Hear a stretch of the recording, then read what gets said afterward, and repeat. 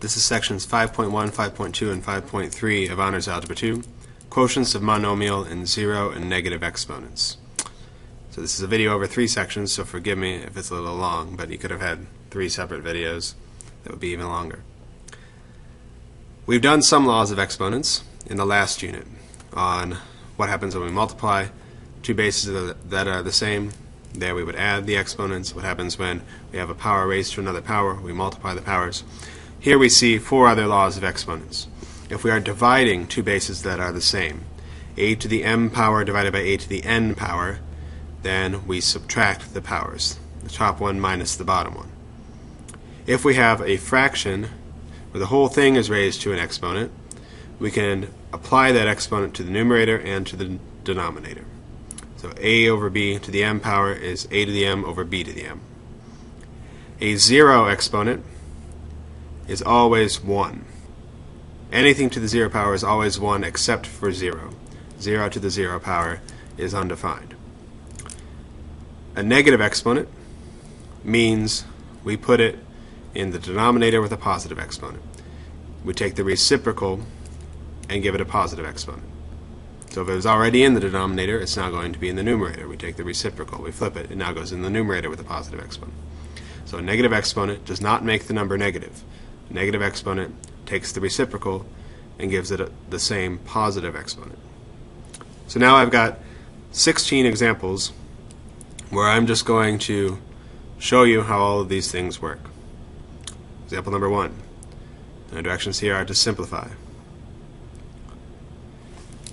We've got 9xy to the y cubed over 15x squared y squared. We can simplify the numbers. 9 over 15 is going to simplify, if we divide both of them by 3, to 3 over 5. So we'll end up with a 3 on the top and a 5 on the bottom. So we've dealt with that. Now let's deal with the x's. We have x over x squared. The x on the top is really x to the first. If there's no exponent, it's always a 1. What do we do when we have the bases divided? Where the bases are the same and they're divided. We subtract the exponents. So that's really x to the 1 minus 2 power, which is x to the negative 1 power. So we'll start with x to the negative 1 power, then we're going to deal with that negative exponent in a second. And then we deal with the y's. We've got y to the third over y squared. We subtract the exponents, we have y to the positive 1 power. We'll write those both on the top. Now we never want to leave negative exponents in our answer, so what do we do with x to the negative 1 power? Negative exponent means we take the reciprocal and give it a positive exponent. So if it's in the top of our fraction, it's going to move to the bottom of our fraction. So we have 3y over 5 to the x. And that's the simplified form. Notice that when we dealt with the x's,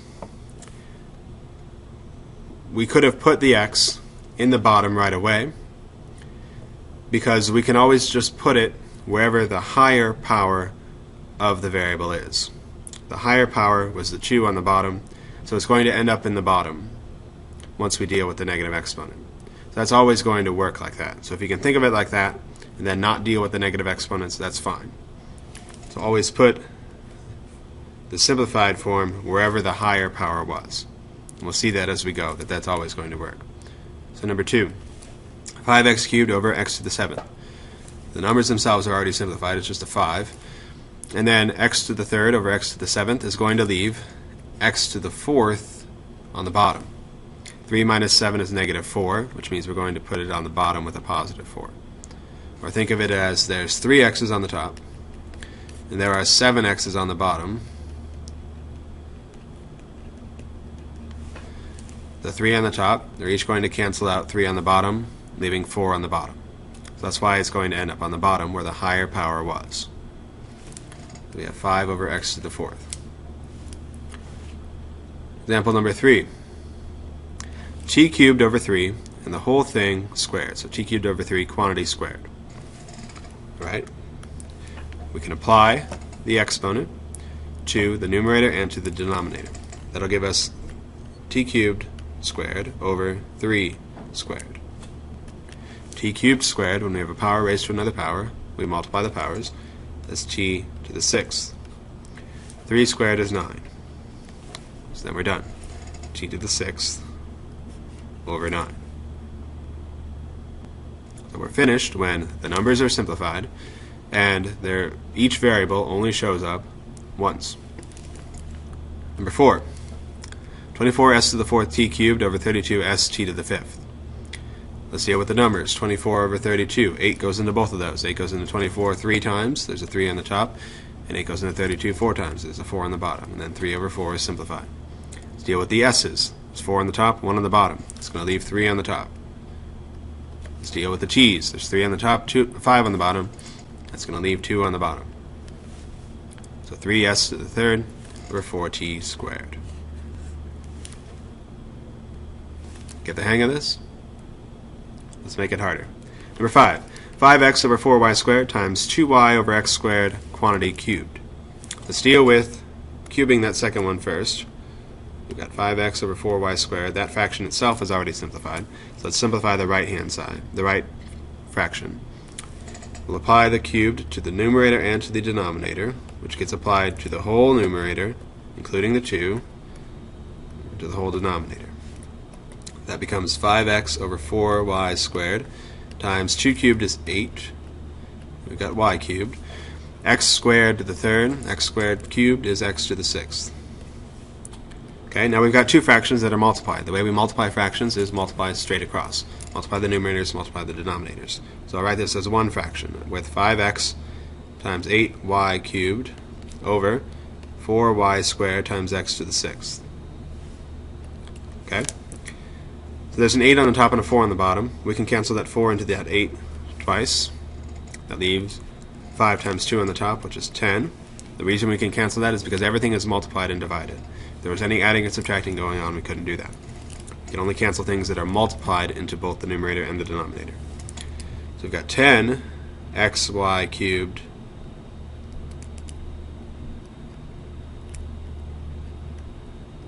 over x to the 6th y squared. Let's deal with the x's. The 1 on the top, 6 on the bottom. That leaves 5 on the bottom, x to the 5th. Deal with the y's. There's 3 on the top, 2 on the bottom. That leaves 1 on the top. 10y over x to the 5th. And then we're done. Number 6, x to the n plus 1 times y to the n over x to the n y to the n minus 1. We don't have any numbers here, but we can still subtract the exponents. X to the n plus 1 over x to the n. If we subtract the exponents, n plus 1 minus n is just 1. We have x to the first.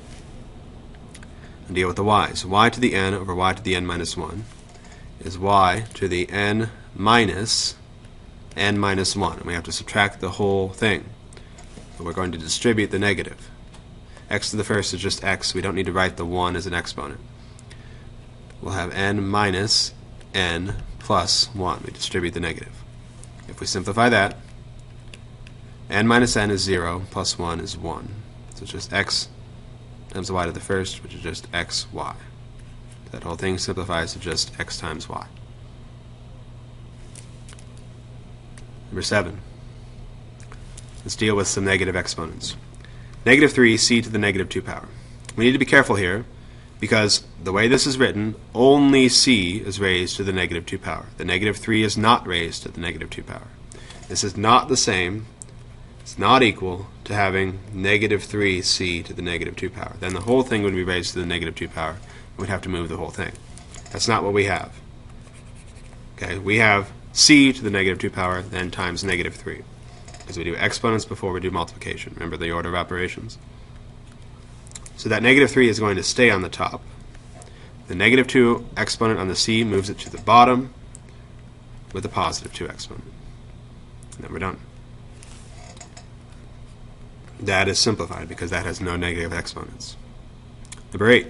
2 to the negative 1 times a to the 0 times b to the negative 3. Okay? 2 to the negative 1 puts the 2 on the bottom with a positive 1 exponent. A to the 0 is just 1.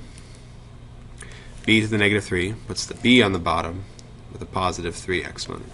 By the way, if everything moves to the bottom, that leaves a 1 on the top, because 1 is always multiplied by everything. So this just simplifies to 1 over 2b cubed.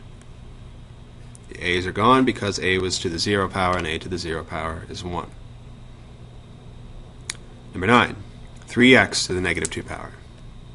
The whole thing, in parentheses, is raised to the negative 2 power, so the whole thing is moving to the bottom, leaving a 1 on the top, with a positive 2 exponent on the bottom. We simplify then in the denominator down there. We'll have 3 squared times x squared. 3 squared is 9, so we'll have 1 over 9x squared.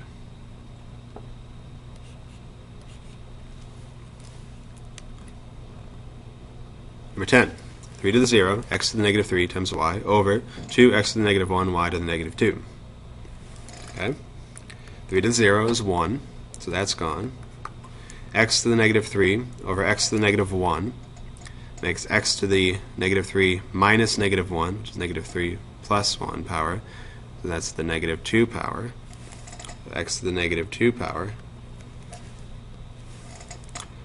Y to the first over y to the negative 2 is an exponent of 1 minus negative 2, which is 1 plus 2, which is 3. So that's y to the third power. There's still a 2 on the bottom that we haven't canceled out.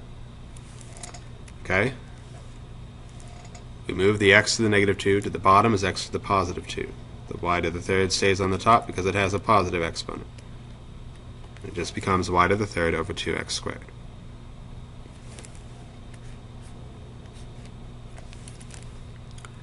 Number 11, 2x to the negative 1 power, the whole thing to the negative 2 power. So 2x to the negative 1 quantity to the negative 2 power, over 2 times y to the negative 1 to the negative 2 power. So the 2 on the bottom is not raised to any power other than 1. So let's simplify the numerators, simplify the denominator, and then we'll simplify the whole fraction. So we apply that negative 2 to everything in the numerator, 2 to the negative 2, and x to what power? Negative 1 times negative 2 is a positive 2 power. When a power is raised to another power, we multiply the powers. On the bottom is just 2, and then y to what power? Negative 1 times negative 2 is positive 2. Okay, now the x's and the y's aren't moving. There's only one of each one of them, and they have positive exponents. So those are simplified. We just deal with the 2's. The 2 to the negative 2 power on the top will move to the bottom as a 2 to a positive 2 power. There's already a 2 down there.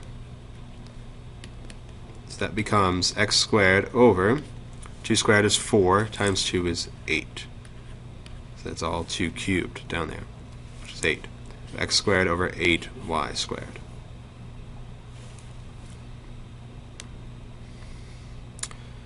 Now something related, but slightly different, scientific notation, which you've seen before, I'm sure. So let's write these three numbers in scientific notation. Scientific notation means there's one digit before the decimal point. So if I want one digit before the decimal point right now is all the way on the right-hand side. I'm going to move it so that it's between the 7 and the 6. I'm going to write it then as 7.6 times 10, and the power I give to 10 is how many places I moved it. If I'm moving it to the left, that's a positive move in the exponent. If I moved it 1, 2, 3, 4 places, so it's 10 to the 4th. So 76,000 is 7.6 times 10 to the 4th. And that's the number in scientific notation. I have one digit before the decimal point. I've written all the other significant digits and then written it as multiplied by a power of 10. Number 13.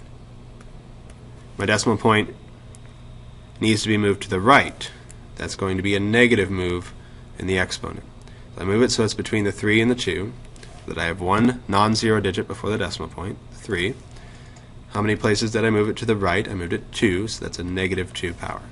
If I move it to the left, it's a positive exponent. Move it to the right, it's a negative exponent. Number 14. Even though that might look like scientific notation, it's not in scientific notation because there's more than one digit, more than one non-zero digit before the decimal point. Because the decimal point, if it's not there, must be after the 5. So I need to move it so that it is now between the 6 and that first 5. Moving it to the left is going to add 2 places to my exponent. So it's now going to be 10 to the 5th. Moving it to the left going to add to your exponent.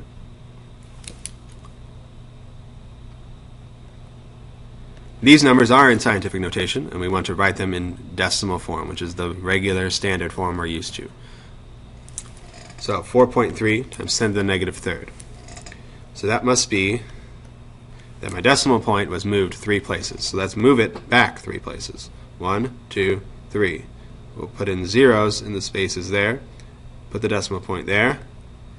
Put a 0 before the decimal point. So my answer is 0.0043. I had to move my decimal point 3 places to get it back where it was. Back where it's supposed to be when we're in decimal form. Number 16. 6.75 times 10 to the 4th. Since it was 10 to the positive 4 power, I've got to move the decimal point 4 places to the right. So 1, 2, 3, 4. Put zeros to fill in the empty spaces. That leaves me with 67,500.